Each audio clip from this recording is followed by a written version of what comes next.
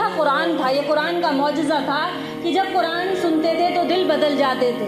آج تو قرآن رنگین حرفوں میں، چمکدار حرفوں میں، بہترین غلاف میں اور بہترین صندوق اور سامان کے ساتھ مزین کر کے گھروں میں رکھا ہوا ہے، لیکن پھر بھی دل خالی ہے اس سے۔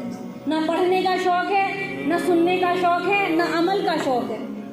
کیسے پڑھے کیسے سنے، اور دنیا نے اس قدر ان کو بے بس کر دیا، دنیا کی محبت نے، کہ ان کو وقت بھی نہیں ملتا کہ ہم قرآن کھول کے دیکھیں یا ہم اپنے بچوں کو دین پر لگائیں۔ کہ اس وقت سب سے بڑی محنت یہ ہے کہ اپنے بچوں کا ایمان سلامت رکھو، اپنوں کا بھی اور اپنے بچوں کا بھی، یہاں تک کہ اب ایمان کی سلامتی کے خطرے پیدا ہونے لگے کہ یہ لوگ مرتد نہ ہو جائیں۔ اسلام سے دوری اختیار کر لی مسلمانوں نے۔ وجہ یہی ہے کہ قرآن اگر پڑھا بھی ہے تو کبھی سمجھا نہیں، زندگی گزر گئی، کبھی سمجھنے کی کوشش نہیں کی۔ تو قرآن کیا ہے؟ دلوں کو روشن کرنے والی کتاب ہے۔ قرآن سے دل روشن ہوتے، جو قرآن سنے گا اس کا دل روشن ہوگا، اللہ اس کے دلوں کے جنگ کو دھو دے گا۔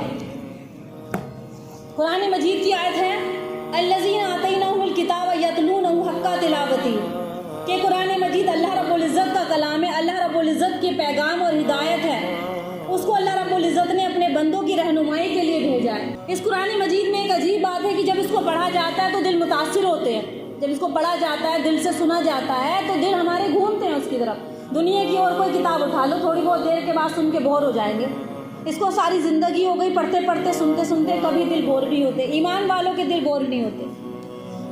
اور اس کی تعلیم ایسی ہے کہ قرآن مجید کے ساتھ اس کی محبت ایسی ہو جاتی ہے کہ قرآن اس کو عزت دیتا ہے۔ جب اس کی محبت بڑھ جاتی ہے، قرآن سے لگاؤ ہو جاتا ہے، تو پھر اللہ تعالیٰ اس کے ذریعے سے ان کو عزت دلواتا ہے۔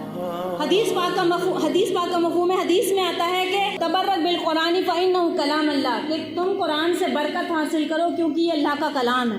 تم قرآن سے برکت حاصل کرو کیونکہ یہ اللہ کا کلام ہے۔ آج ہمارے گھروں میں قرآن ہے، بتاؤ ہمارے دل کیسے نورانی ہو رہا ہے۔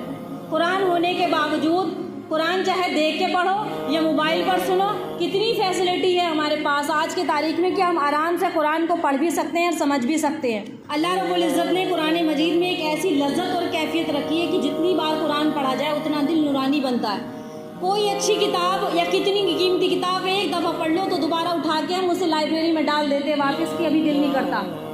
قرآن کو ہمیشہ سینے سے لگاتے ہیں، چومتے ہیں، اس کا استقبال کرتے ہیں، کیونکہ یہ دلوں میں بستی ہے۔ اس کے پڑھنے سے دل نورانی بنتے ہیں۔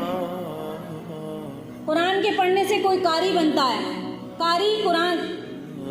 کوئی قاری قرآن بنتا ہے، کوئی عالم قرآن بنتا ہے، کوئی حافظ قرآن بنتا ہے، کوئی عامل قرآن بنتا ہے، کوئی ناصر قرآن بنتا ہے، کوئی داعی قرآن بنتا ہے، کوئی عاشق قرآن بنتا ہے، قرآن مجید کا عشق بن جاتا ہے۔